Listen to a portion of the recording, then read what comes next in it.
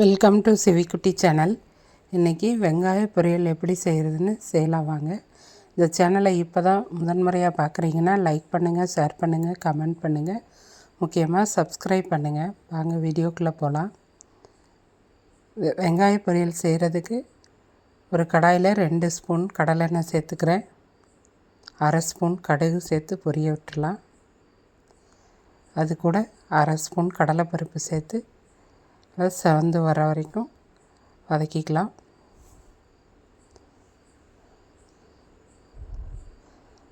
கடலைப்பருப்பு செவந்து வந்ததும் ஒரு 10-15 பூண்டு பல் சேர்த்து வதக்கிக்கலாம்.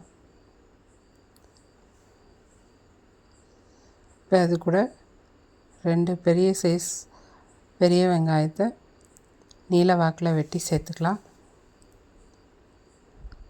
நீங்கள் சின்ன வெங்காயம் வேணாலும் சேர்த்துக்கோங்க. வீட்டில் காய்கறி எதுவும் இல்லாத நேரத்தில் இந்த மாதிரி வெங்காய பொரியல் செஞ்சு சாப்பிட்லாம். இதுவும் ஒரு பொரியலாகவே ரொம்ப சூப்பராக இருக்கும். தேவையான அளவு உப்பு சேர்த்து வதக்கணுன்னா சீக்கிரம் வதங்கிடும்.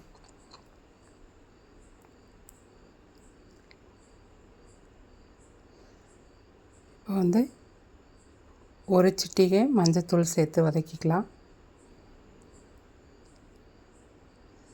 வீட்டில் காய்கறி இல்லாத டைமில் இந்த பொரியல் செஞ்சு சாப்பிட்டு பாருங்கள், ரொம்பவே சூப்பராக இருக்கும். சில பேரால் பொரியல் இல்லாமல் சாப்பிட முடியாது.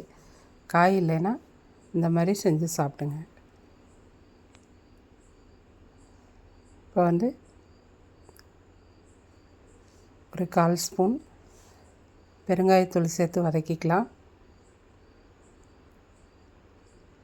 இப்போ இது கூட 1 ஸ்பூன் வீட்டில் அரைச்ச குழம்பு மிளகாய் பொடி சேர்த்துருக்கேன். நீங்கள் கறி மசால் பொடி, மட்டன் மசால் பொடி, சிக்கன் மசால் பொடி இது எது வேணாலும் சேர்த்துக்கலாம். கரம் மசாலா கூட சேர்த்துக்கலாம். நான் சிம்பிளாக வீட்டில் அரைச்ச குழம்பு மிளகாய் பொடி தான் சேர்த்துருக்கேன். இதுவே ரொம்ப நல்லா டேஸ்ட்டாக இருக்கும். இப்போது ஓரளவு வதங்கி வந்துடுச்சு. இப்போது ஒரு 100 மில்லி அளவு தண்ணி சேர்த்து மூடி போட்டு வேக விட்டுருவோம்.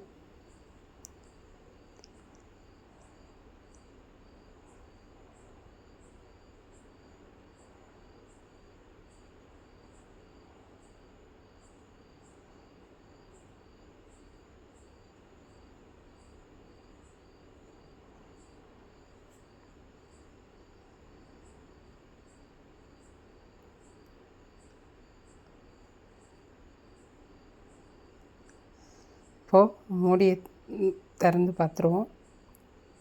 இப்போ வெங்காயம் நல்லா வெந்திருக்கு. அது கூட ஒரு கொத்து கருவேப்பிலையை சேர்த்துக்கலாம். கருவேப்பிலை இடையில அல்லது கடைசியில் சேர்த்தா அதோட மனம் ரொம்பவே நல்லாயிருக்கும். நீங்கள் மல்லித்தழை கடைசியில் தூவிக்கோங்க. இப்போது இதுக்கு ஒரு 1/2 மூடி அளவு தேங்காயை துருவி இதில் சேர்த்துக்க போகிறேன். அதாவது மிக்சியில் பொடித்து சேர்த்துக்கிறேன். இப்போது தண்ணி நல்லா வற்றி வந்துடுச்சு, வெங்காயமும் நல்லா வெந்துடுச்சு. இப்போ இதில் தேங்காய் பூவும் மல்லித்தலையும் தூவி இறக்கிக்கலாம். என்கிட்ட மல்லித்தலை இல்லை, அதனால் சேர்க்கலை. நீங்கள் மல்லித்தலை தூவி இறக்குனீங்கன்னா அருமையான வெங்காய பொரியல் ரெடி. இந்த பொரியல் ரொம்பவே டேஸ்ட்டாக இருக்கும். நீங்கள் ஒரு தடவை செஞ்சிங்கன்னா அடிக்கடி செய்வீங்க. நன்றி.